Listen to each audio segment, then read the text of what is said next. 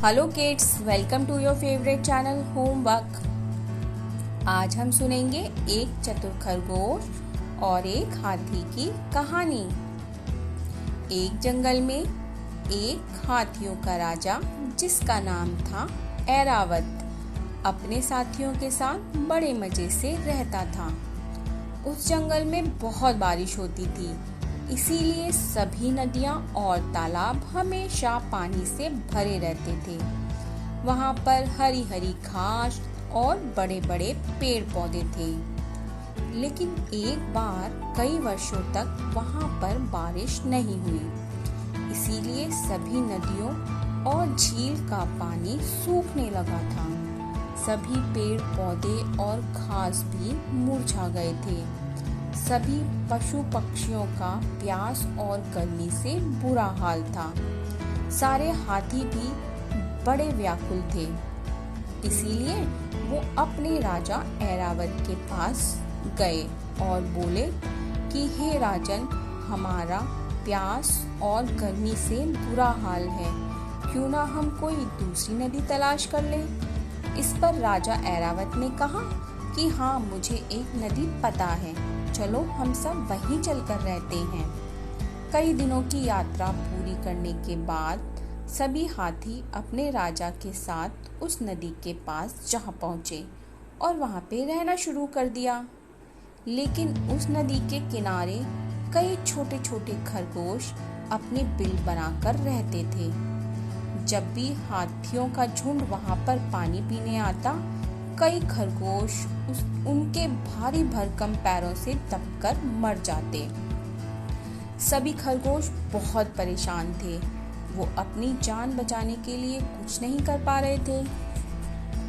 सभी खरगोश ने एक योजना बनाई कि क्यों ना हम अपने राजा के पास जाकर हम अपनी समस्या उनको बताएं। सभी खरगोश इकट्ठा होकर अपने राजा के पास जा पहुंचे और उन्होंने राजा को बताया कि हे राजन, एक हाथियों का झुंड नदी के किनारे आ गया है, जिनके पैरों से दबकर कई खरगोश रोज मर जाते हैं। आप कुछ उपाय करिए जिससे कि हम अपनी जान बचा पाए। खरगोशों के राजा ने बहुत दिमाग लगाकर एक युक्ति निकाली और हाथियों से मिलने की योजना बनाई। वो हाथियों से मिलने जा पहुंचे और बोले कि हे राजन, चंद्रमामा आपसे बहुत नाराज हैं। आपने उनकी नदियों का पानी अपवित्र कर दिया है। उन्होंने आपको यहाँ से चले जाने का आदेश दिया है। हाथी राजा ये बात सुनकर बहुत दुखी हुए और अपने घुटनों पर झुककर खरगोश राज से माफी मांगने लगे और बोले कि हमने चंद्रमामा को बहुत ही गुस्सा कर दिया है।